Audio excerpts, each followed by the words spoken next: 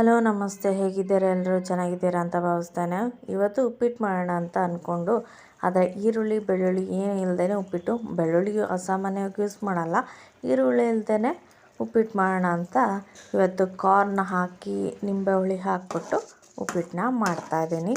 ರುಚಿ ಮಾತ್ರ ತುಂಬ ಸೂಪರಾಗಿ ಬಂದಿತ್ತು. ಯಾಕೆ ಹೇಳಿ, ಕಾರ್ನ್ ಇತ್ತಲ್ವಾ, ತುಂಬ ಚೆನ್ನಾಗಿ ಟೇಸ್ಟ್ ಕೊಡ್ತಾಯಿತ್ತು ಉಪ್ಪಿಟ್ಟಲ್ಲಿ. ಅಪ್ಪಿ ಮುರಿದೋಗ್ಬಿಟ್ಟಿದೆ ಅಲ್ಲ ಬುಜ್ಜಿ,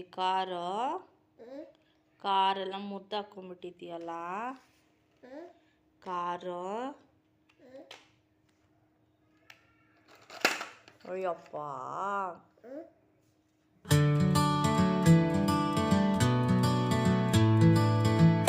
ಹಾಗೆ ವರಮಹಾಲಕ್ಷ್ಮಿ ಸೀರೆನೂ ತುಂಬ ಜನ ಇಷ್ಟಪಟ್ಟಿದ್ರಲ್ವ, ಹಾಗಾಗಿ ಅದರದ್ದು ನಾನು ವಿಡಿಯೋ ಹಾಕಿರಲಿಲ್ಲ, ಹೇಗೆ ಕಟ್ ಮಾಡಿ ಬ್ಲೌಸನ್ನು ಹೊಲ್ಕೊಂಡೆ ಅಂತೇಳ್ಬಿಟ್ಟು. ಅದಕ್ಕೆ ಇವತ್ತು ಅದೇ ಕಟ್ ಮಾಡಿರುವಂತಹ ಬ್ಲೌಸ್ ಪೀಸ್ ಮತ್ತು ವೀಡಿಯೋನ ಹಾಕ್ತಾಯಿದ್ದೀನಿ.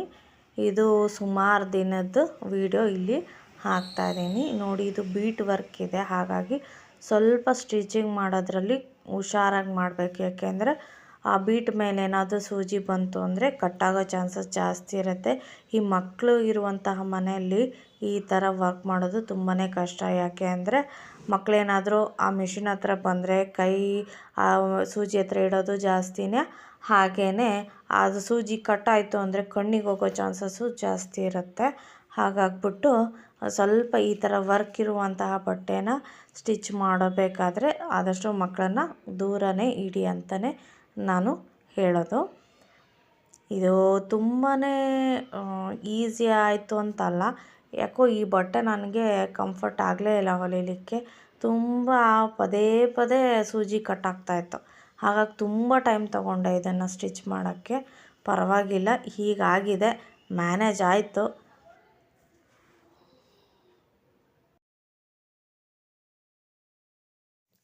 ಎಕ್ಸಾಮ್ ಹತ್ರ ಬಂದಾಗೆ ಮಕ್ಕಳು ವಾಮಿಟ್ ಆಗೋದು, ಹುಷಾರಿಲ್ಲದೆ ಹುಷಾರು ತಪ್ಪೋದು, ಇದೆಲ್ಲ ನಾವು ಕಾಣ್ತಾ ಇರ್ತೀವಿ. ಯಾಕೆ ಅಂದರೆ ಮಕ್ಕಳಿಗೆ ಎಕ್ಸಾಮ್ಸ್ ಅಂದರೆ ಭಯ.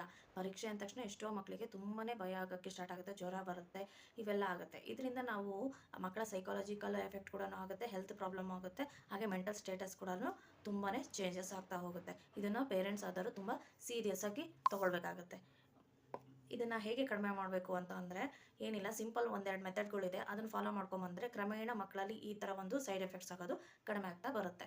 ಏನು ಅಂದರೆ ಎಕ್ಸಾಮ್ ಬಗ್ಗೆ ಫಸ್ಟು ಭಯ ಹೋಗಿಸೋದು. ಅದು ಹೇಗೆ ಹೋಗಿಸ್ಬೋದಪ್ಪ ಅಂತಂದರೆ ರೀಟೆಸ್ಟ್ ಕೊಟ್ಟು ಅಂದರೆ ರೀಟೆಸ್ಟ್ ಅಂತಂದರೆ ಒಂದು ಟಾಪಿಕ್ ಮೇಲೆ ಆ ಮಕ್ಕಳಿಗೆ ಪದೇ ಪದೇ ಟೆಸ್ಟ್ ಕೊಡಬೇಕು. ಆ ಮಕ್ಕಳಿಗೆ ಆ ಟೆಸ್ಟ್ ಅನ್ನೋದು ಭಯ ಹೋಗಬೇಕು, ಆ ಲೆವೆಲಿಗೆ ಟೆಸ್ಟನ್ನು ಕೊಡಬೇಕಾಗತ್ತೆ.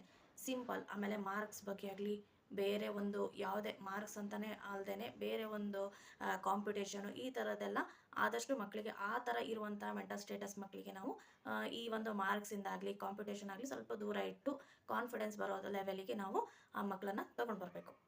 ನೆಕ್ಸ್ಟ್ ಏನಂತಂದರೆ ಆ ಮಕ್ಕಳಿಗೆ ಕಂಟೆಂಟು ಮೇನ್ ಇಂಪಾರ್ಟೆಂಟು. ನೀವು ಎಕ್ಸಾಮ್ನಲ್ಲಿ ಯಾವ ಥರ ಬರಿತೀರಿ ಅನ್ನೋದು ಇಂಪಾರ್ಟೆಂಟ್ ಆಗುತ್ತೆ ಅಂತ ಹೇಳ್ಬಿಟ್ಟು ಸ್ಟೆಪ್ಸ್ನ ಹೇಳ್ತಾ ಬರಬೇಕು. ಅಂದರೆ ನಿಮಗೆ ಕಂಟೆಂಟ್ ಇಂಪಾರ್ಟೆಂಟ್ ಆಗುತ್ತೆ, ಹ್ಯಾಂಡ್ ರೈಟಿಂಗ್ ಇಂಪಾರ್ಟೆಂಟ್ ಆಗುತ್ತೆ.